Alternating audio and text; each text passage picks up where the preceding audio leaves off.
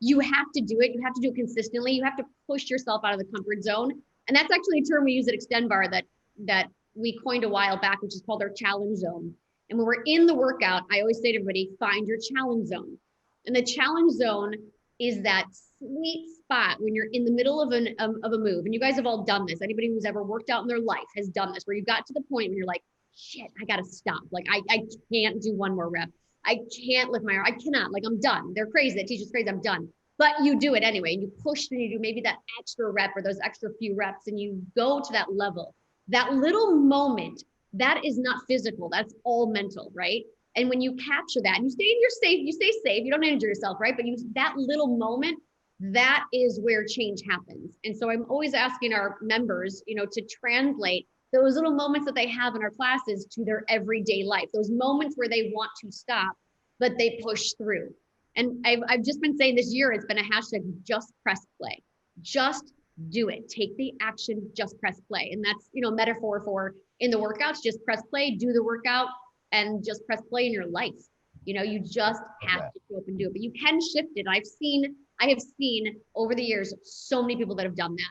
And it's incredible when they're able to take power and control over their mindset, over what they do in terms of nutrition and exercise. It's just a game changer in their entire life.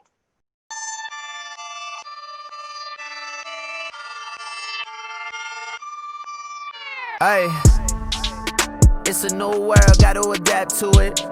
Innovation, information, more than the average. Rushing, please ignore the interruptions, cause this is digital discussions.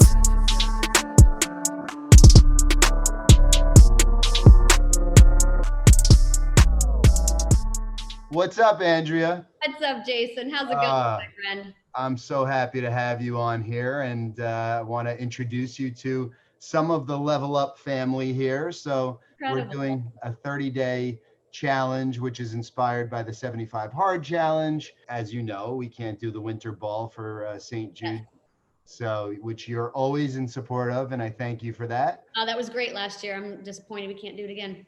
For sure. We'll get back to it once things, start to normalize. Yes. But I want everybody here. I mean, you've been such a positive inspiration for me, and always, keep me motivated and always looking to, grow and find ways to implement new things in my life. And, you're truly, to me, you're obviously a professional dancer, but I like to think of you as a lifestyle entrepreneur, because you've done so much, growing an international brand, and also, jumping into streaming fitness, connected fitness, long before the pandemic, way ahead of everything going on right now. But I want to kind of start off just asking you to tell your story a little bit so people can understand who you are and where you come from. Sure. Well, thanks for that intro. And hi, guys. Thanks for being here today. Love this connection of this community and love what you're doing, Jayson. Always a big fan of yours. So guys, just to keep it brief, I started my career as a dancer. I started dancing when I was 3 years old. I transitioned to teaching dance when I was in my early teens, started choreographing, and then eventually found my way into a professional dance career. I danced backup dancing for many artists and touring. I was with Disney. And I did this in between going to college and finishing and getting my degree. And after graduating from college, I thought, well, I have to get a real job. That's what I should do. That's what I have to do. And at that point, I had danced professionally for a while, and you have a very short career with dancing professionally and kind of aged out of it. And I was bewildered. I really could not find my way to sitting in a desk. It literally made me twitch. I thought, I gotta find something that I can really, put my soul and passion into, that I can turn into a career. And unbeknownst to me, I turned that into a Pilates career, and I didn't realize it would turn into what it did today. But I just said, I want to do something that I'm passionate about, movement, kinesiology. That's something that I really love and know. Started teaching Pilates. And then I said, you know what? I miss my dance. And what if there's a way to combine my dancing foundation and fundamentals with my Pilates fundamentals and marry that into a genre? which is called Barre. And hopefully you're familiar with the bar industry and the category today as it sits, a few years back, even as much as like as little as 3 years ago, people, didn't even know how to pronounce it. It was Barre, and nobody knew that what the category was. And now we're finally, landing on that shelf with spinning and, all the other genres in the fitness industry. And so I launched Xtendbarre, and I launched it quite green, quite unexperienced. And I just wanted to create a program that would allow specifically women to be able to feel graceful and strong and empower them with a technique that I knew would be results driven in a safe way. And I knew could carry them throughout their whole lifespan, meaning I wanted someone that was a college age student in the class with someone who's in their 70s. And that's what's happened. So we launched the brand. I launched it with just some classes that turned into me starting a certification program so we could add more classes, which turned into people going, I love this. I'm moving out of state. Can I bring it with me? So that segued into a licensing platform where I licensed the brand, and then that transitioned into a franchise brand. And now our biggest markets right now for franchising are Australia and China. And in the US, we've shifted our franchising model to less brick and mortar and more online programming, which is suited for us this year.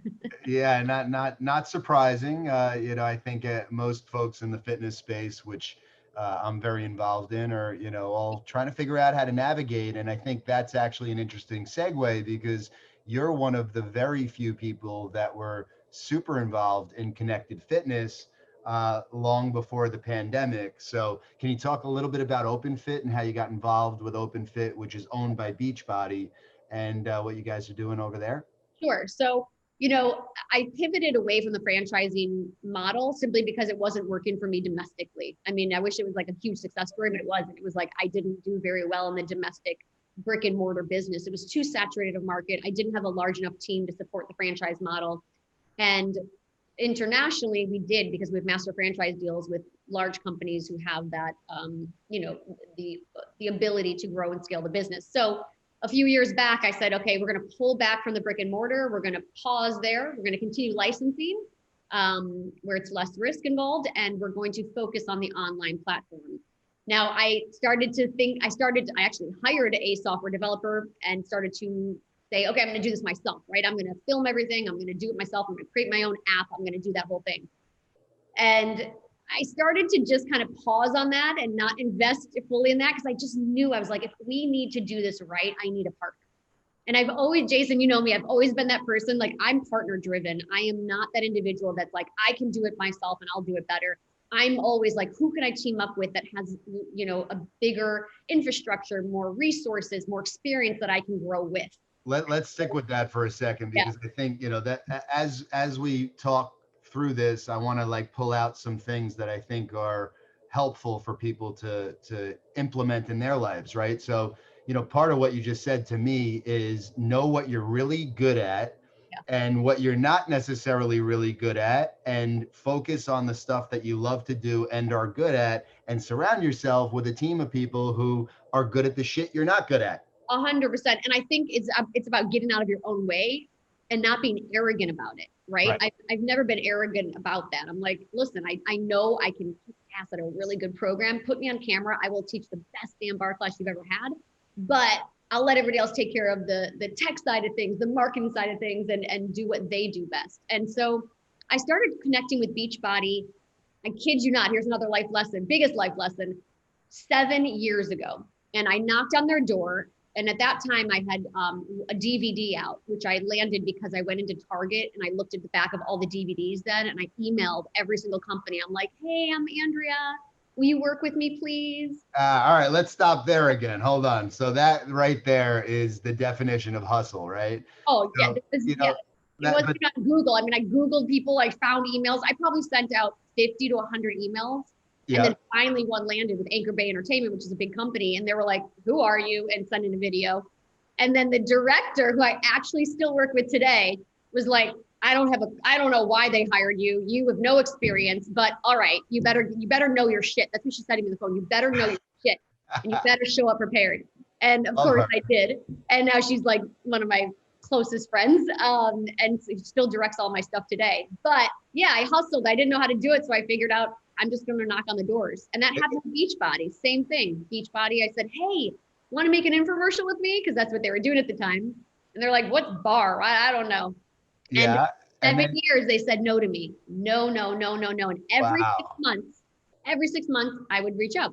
And I'm like, I'm just going to reach out to you. I'm going to continue to reach out to you until you say yes.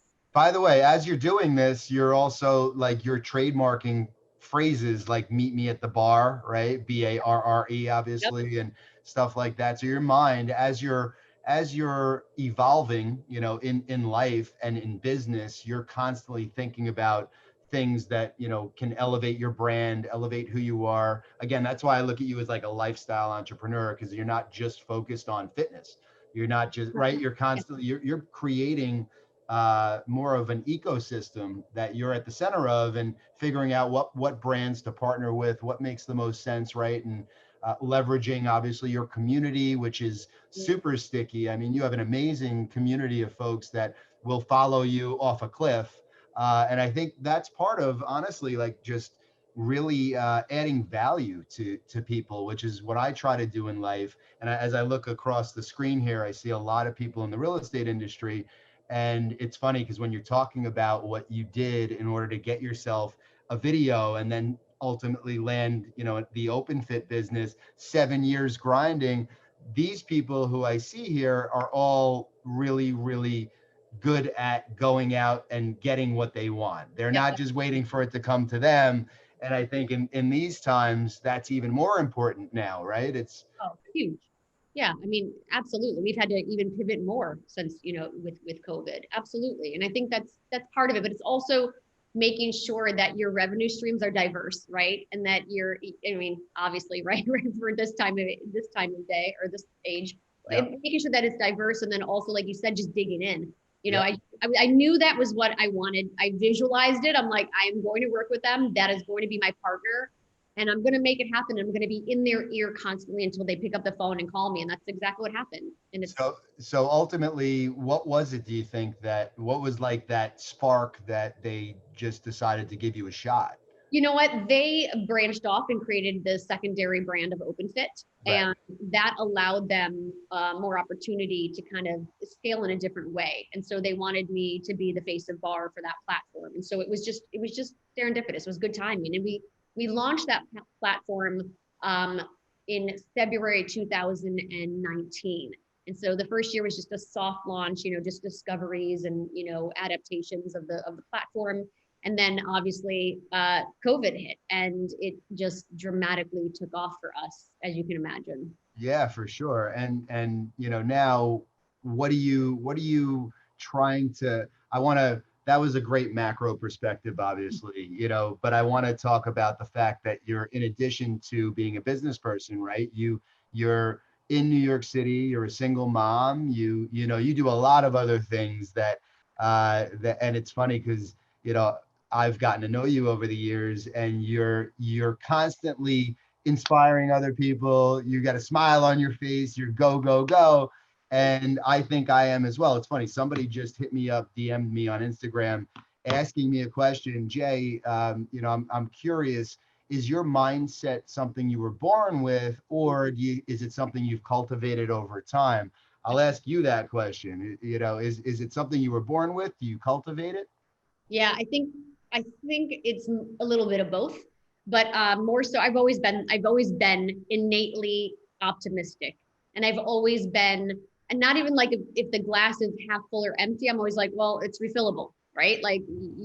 And I've always been someone. Even I remember as a young child, like having this immense sense of gratitude over the simplest things. I was like, Yeah. oh, I can dance, I can use my legs, I can walk, I can see, I can hear, and I'd think that way on a regular basis at a young age. And so I've always just put things in perspective very easily. And then in terms of the drive, I was dancing 6 to 7 days a week, 4 to 5 hours a day, and still like on the honor roll at school. So I had prioritizing things was always something I did from a very young age, and being hungry for things and competitive in that nature was something that was just in me since I started dancing. It's funny. So I'm gonna read my response, which was 10 minutes before we jumped on here.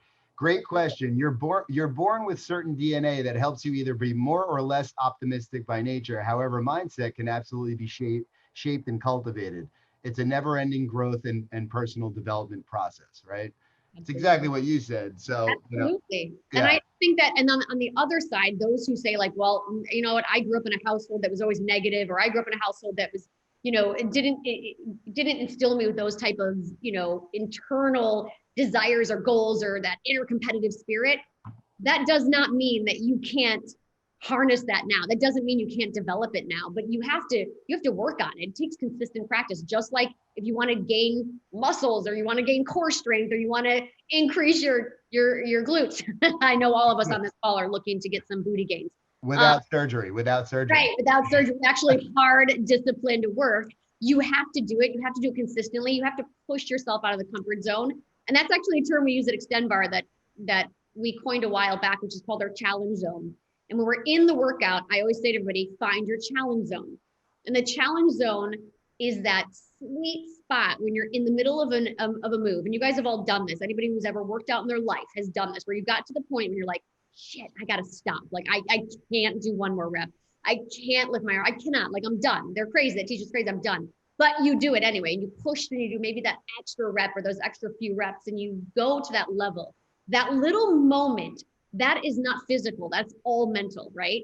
And when you capture that and you stay safe, you don't injure yourself, right? But that little moment, that is where change happens. And so I'm always asking our members, to translate those little moments that they have in our classes to their everyday life, those moments where they want to stop, but they push through. And I've just been saying this year, it's been a hashtag, just press play. Just do it. Take the action, just press play. And that's, metaphor for in the workouts, just press play, do the workout, and just press play in your life. You just have to go up and do it, but you can shift it. I have seen over the years, so many people that have done that. And it's incredible when they're able to take power and control over their mindset, over what they do in terms of nutrition and exercise. It's just a game changer in their entire life. Let's talk about that a little, because obviously right now it's a crazy time.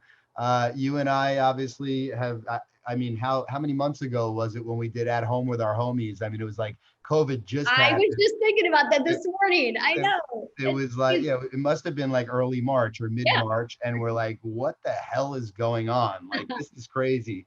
Crazy. And yeah, so much has transpired since. And then now, obviously, with everything else going on and, the continuation of like uncertainty and so on and so forth, I like to say that I try to protect my energy because, I do a fairly good job of being able to control my emotions and, where I spend time and what kind of is going on inside of my head.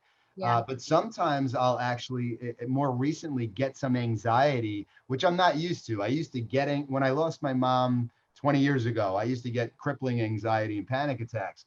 And it hasn't happened to me in a long time. But now it's interesting that certain times I'll feel some anxiety and I have to like reset and just check my energy. And like, I think a lot of people are dealing with that right now, especially you think about health, right? And most people think about their physical health, but mental health is so important. Any tips on, what you're doing just to stay focused and, dealing with kids going crazy, stuck in an apartment in New York City while you're, on calls with, business partners and things of that nature?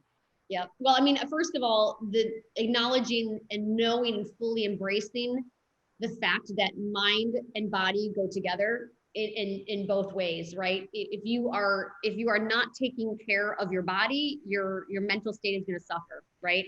And if you're not doing things to take care of your mindset, you're also not going to be empowered to move.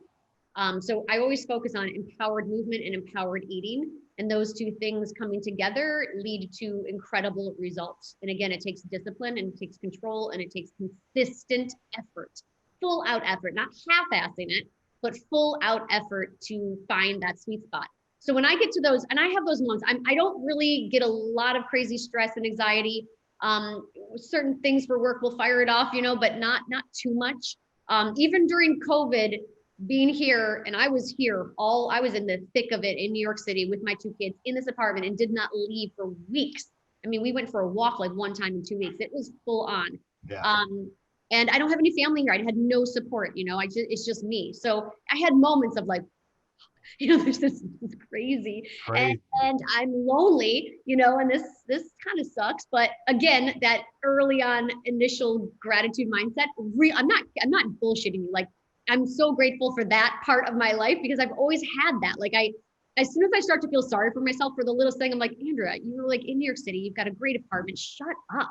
Like, yeah, what? You can't do certain things that you used to be able to do. You're healthy. You've got a great business. You're happy. Like, so I just immediately shift. But if I'm getting into a funk, like if I'm getting into a bad mood, my go-to thing, as simple and cheesy as it is music. So I turn on music. I won't say her name, Alexa, but I'll turn her on and I'm just like play and whatever type of music is I'm in the mood for. And it will 99% of the time shift me out of it. And even if it doesn't shift me 100% out of it, it changes my mindset. So that's what I do. And that's how I motivate myself to work out. That's how I motivate myself for a lot of other things in my life, is just to play the music. It changes your energy, changes the mood. My kids get in a better mood. If everybody's crabby, that's what we do. We put on music and we dance. We literally have like dance parties in the living room. And that's I love it.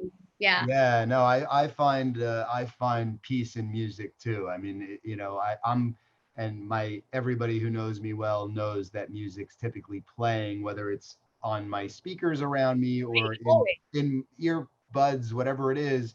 And I try to incorporate that into my kids. My kids are like, Yeah, constantly. your kids are movers. I love it.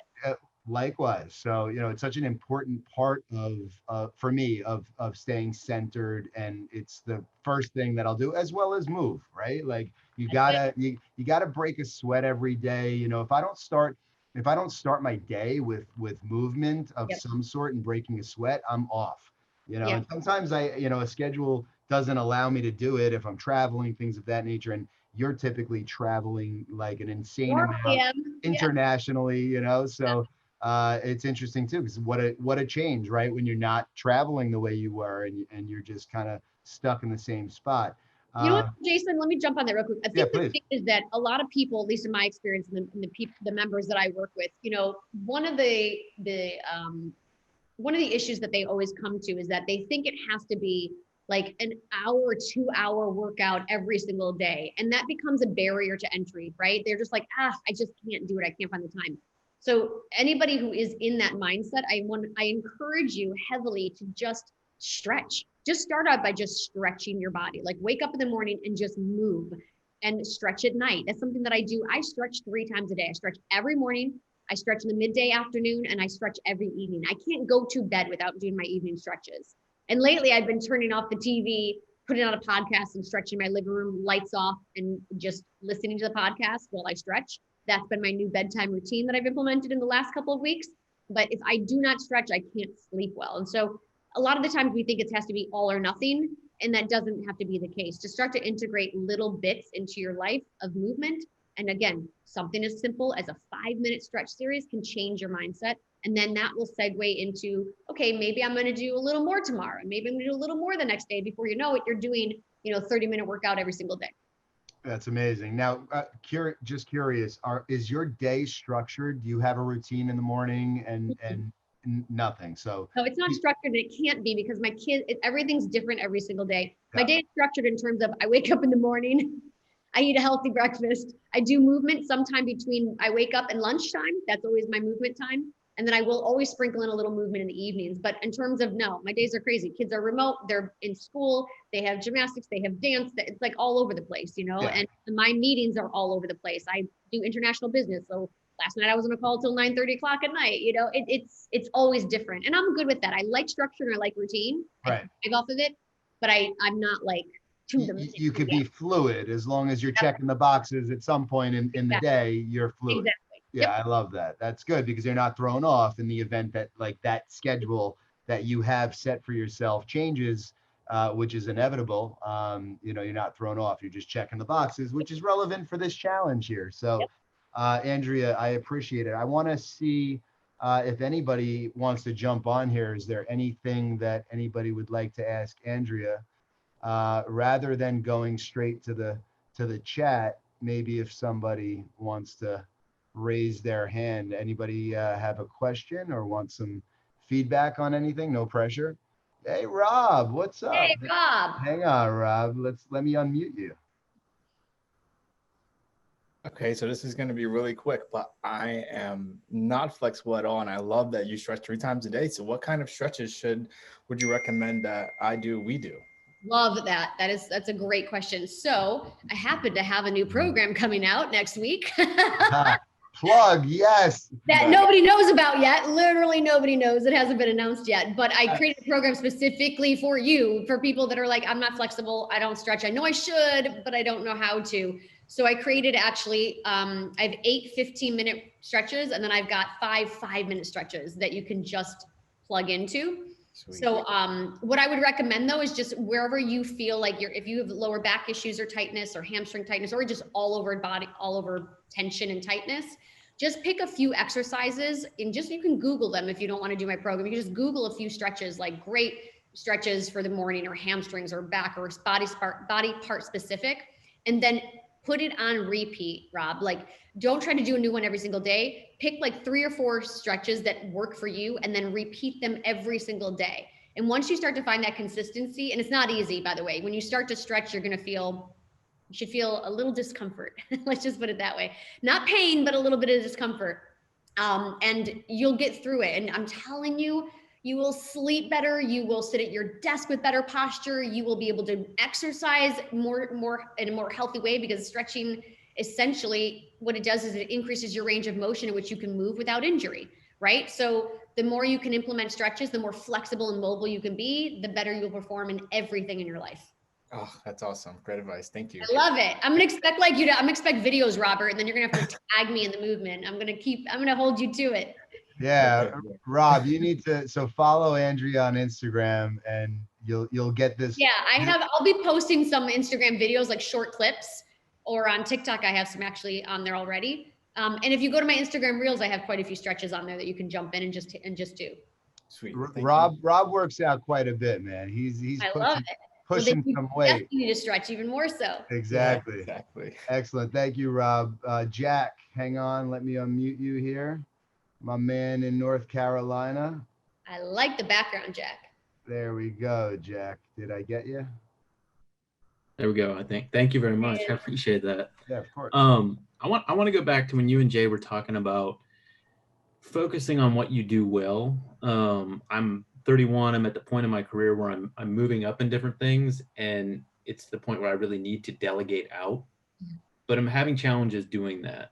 So, I'm challenging myself every day, but then my mental focal point ends up being the things that I'm not getting to. So I'm trying to basically, when you had started, you had taken on that mentality of, I'll do the videos myself, I'll do this myself, I'll do these other things. That's where I'm at. Yep. Could you give advice on the delegation piece as to maybe what you would have told yourself at that time? Yeah, absolutely. Well, when I think about stepping outside of the open fit side of things and looking at the business side of things, when I started franchising, I had myself and one full-time employee. I was like, nuts, what was I doing, right? But I was doing everything, everything from, working with legal to create a 200-page FDD, to I was videotaping the books. I was going to Office Deep. I was doing everything. What I did at that point, two different pivotal times happened. At that point, I said to myself, okay, if I'm going to grow this the proper way, number one, I need to bring in capital. And then number two, I need to start learning how to delegate and bringing in a team. And I wouldn't say I was a micromanager, but I was really an overachiever. So I felt like I could do it all. But I got to that point where my growth was stunted because of it. And I knew that I had to figure out what I need to bring in. And when that point came, I actually sat down, pen to paper, and started listing out the areas of the business that were weak. Like what was really weak and what needed the attention, and how I could allocate my time towards those weak areas, and in areas that I really just either didn't have the expertise or I just didn't have the bandwidth to apply anything towards. And that's where I started to circle, like, okay, I need someone to really help me with shipping. Great. I need someone to help me with this. And I started to put all that together, and I went, okay, how many roles is that? Is that one person to fill that role? Is it 2 people to fill that role? And it started out as 1 person and a part-time person. That part-time person turned a full-time person, which then I got to the point where I could hire 2 more people, So But that's what I did. I literally put pen to paper and went, this is where the business is weak. Like, in order to get it to that next level, I know these things need to happen. Circled each one and try to put it together like that. Because hopefully that's a little helpful. I mean, it's really just, going through the motions and figuring out where you need to get some support and being okay with letting go of it. Well, yeah, and that's the thing. I am a perfectionist in lots of different things, so that's my bottleneck is I didn't get a chance to look at this, and Jay's been instrumental in helping me personally with a lot of that one take and done kind of a thing. Yeah. In that next transition where I do, I work with an admin, what would you say has been the biggest key to success into helping somebody kind of really be able to anticipate your needs? Because that's the other component to it. Once it's delegated out, you spent the time to do it. How do you maintain that level of excellence? Jack, for me, whenever I hire, and maybe this is a good thing or bad, when I hire, first of all, I think there's a pool of talent everywhere. I think there's a lot of talented, accomplished people that can come on board. So when I hire people, I hire for, do they share the same type of values and virtues and work ethic as me? My biggest thing is work ethic, because I'm a hustler. I work 24/7 and I work quick and fast. And Jayson knows, like, if he sends me an email, it's like returned within like 30 minutes full out, or it's not at all. Right. So I needed someone that could be at that level with me. So if I started interacting with them via email and it took them like a day and a half to respond to me, I knew, I'm like, this is probably not going to be the right fit for me. And so that's how I would hire. I hired someone that I felt like I could sit and have dinner with and like have a great chat with, and someone that had that fire underneath them to be able to grow the brand passionately. Other than that, it really takes trial and error to understand each other and how you work. But if they don't have that base of being, sharing the same like-minded virtues and values and all those things, like being good people, I wanted good, kind people on my team, and then hustlers. And those two things, like, that's what created the best team that I have. And I will tell you, Jack, I went through a period. So we're an international business. We look really big, but we're really actually a teeny tiny team. And I went through a phase where it was just me and one other person. And I grew to like 12 full-time employees that were on New York salaries. Okay. And I pulled that back because we were just, I don't know, we were just ideating and nothing was getting done. And I went back from like the team of 12 to a team of 4 that I have now. And I've never been more successful and more productive with this team I have right now. And I've never been more hands-off in my business because I've hired the right people. And even though I still oversee a lot and I do check, that the I's are dotted, the T's are crossed, I have been able to pull back. So it comes with time, but just hire the right kind of people that are going to work at your level and they'll satisfy your expectations. That's Awesome. such good advice. I mean, that is spot on, because I think, a lot of people, when they're growing a business, they think that bigger is better, right, Andrea? At a certain point, you're like, totally, how big can I get? How many people can I employ? And, then it becomes like just a distraction, right? Like where that's exactly what it becomes. It becomes a risk, distraction, liability. Exactly. It's not productivity. And you think that. And at one point I remember going, oh my God, I don't know what I'd do if I lose this role. Like, what am I going to do? And I look back on that now, I'm like, oh my God, I have one person doing those 3 roles that I had 3 roles for. I thought I needed everybody, and you don't. You just figure it out. You figure it out. Yeah, but I think that's also part of, again, like, this is the level up challenge. It's really like elevating and organically growing and figuring out by trial and error. And, you have to fail a little to figure out what's right also. Yeah, right? I've done that. Yeah. We all have. I mean, that's part of being in business. Not everything's going to work, and it's all about how quickly you're able to pivot and figure it out. And especially now, like, again, with COVID, the world is completely different than it was back in February. And it's so funny because people are so quick to hate on 2020. And then you realize, you're like, wait a minute, like 2020 caused me and forced me to reflect and to really spend time understanding who is on my team, whether or not they're, killing it, adding value, all that stuff. And not, oh my gosh, Jayson, yes. Right? I'm with you on that 100%. I am with you 100% on that, because I look at this year, although it has provided an immense amount of challenges. Sure. for me, I finally have the breath and the space to be able to like create more and do more. I launched a personal brand this year. I've been wanting to launch a personal brand for years. I'm working on a project that I've had in my notebook on my phone for 5 years. I'm like, this is my dream project. I'm about to launch it in a few weeks. I'm doing things that I've never had the time to do.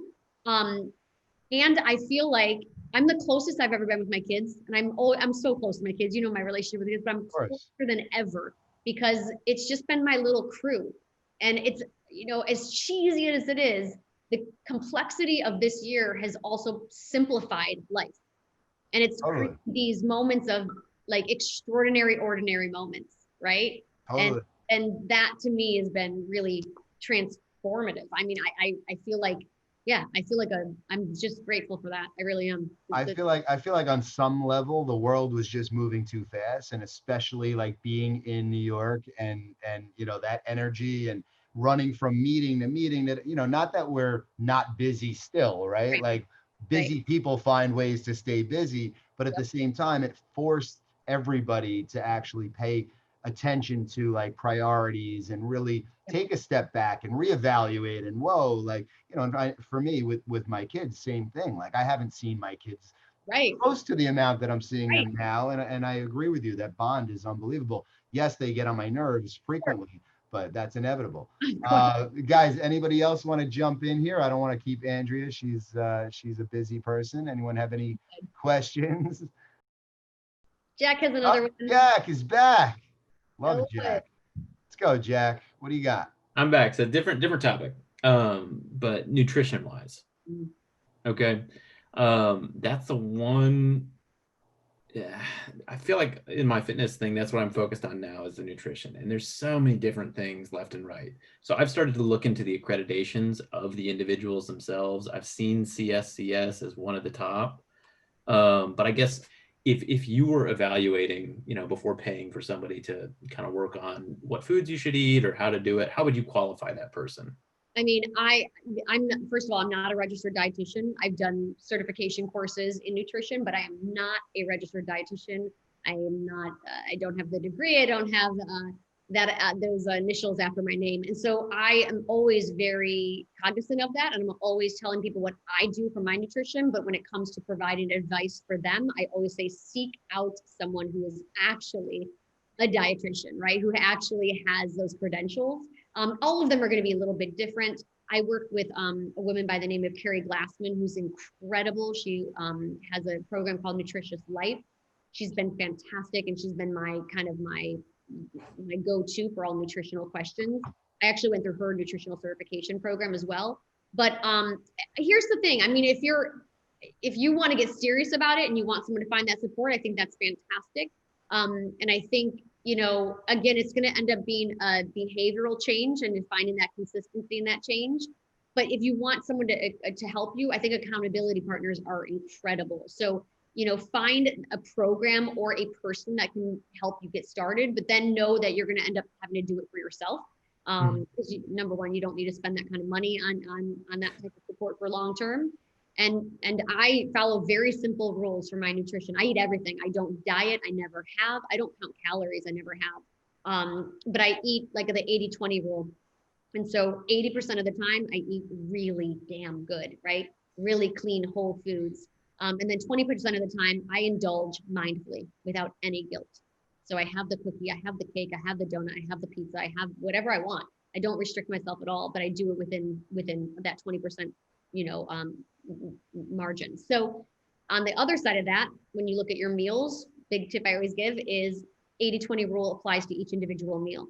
You want to look at your meal and make sure it's the most nutrient dense meal that you can have. And in that mindset, that 80-20 mindset, I eat until I'm 80% full. So I don't eat to where I'm like, oh my God, I got to undo my pants. Like, can't, done. Like, if you go to that level, then that's like, you're nearly at the 100% mark. You want to eat until you are somewhat satisfied. You want to be satisfied, but you'd want to be like, you know, overly done. And so those kind of the two things that I've always followed. Those are the two, my go-tos that I've always followed. Eat great 80% of the time. And you sit down to eat till you're about 80% full. Awesome. No, I really appreciate you. Simple but effective. Yeah. Awesome advice. And Jack, you know, my wife Danielle's a registered. Oh my God. Hello. Yeah. Well, no, it's all good. She wasn't able to make the call, but Jack definitely reach She's out. incredible. Okay. Yes. Yeah, for sure. She's happy to help. Thank you. But that, Andrea, I try to, obviously aside from living with a registered dietitian who's, cooking my meals, I definitely agree. It's consistency. It's not, again, I intermittent fast, which, has been a big part of. I've been doing more of that, Jason, naturally. Doing that, yeah. It's cool too to like kind of experiment with stuff, right? Like I know yourself, right? So you'll try things and see how it works for you, and then implement it or toss it, right? That's what I do. But intermittent fasting has worked for me for the last like year and a half. Yep. And I've gotten to a place where I can eat even more of what I want because it's an eating strategy versus a diet. Yeah, and I think it has a lot of benefits other than fat loss, right? Right. Control insulin levels, I sleep better, like all that kind of stuff that goes along with it. Yeah. Love that. Awesome. Guys, anyone else would like to chime in here? I don't want to keep Andrea. She's been very generous with her time. No, this has been great. I'm glad we connect. You always have a great group around you, Jason. Thank you. I really appreciate it, Andrea. So just let everybody know where they can follow you. I did send out information, but your Instagram at a minimum and your website. Andrea Xtendbarre. That's my Instagram, and that's the best place to kind of follow me. I also have AndreaLeeRogers.com, which is my brand that I just launched. So a lot of motivational articles and stuff around there.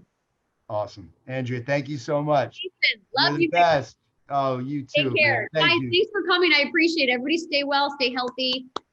This was Just awesome. Press play. Just press play. Just press play. Let's go. 'Cause this is digital discussions.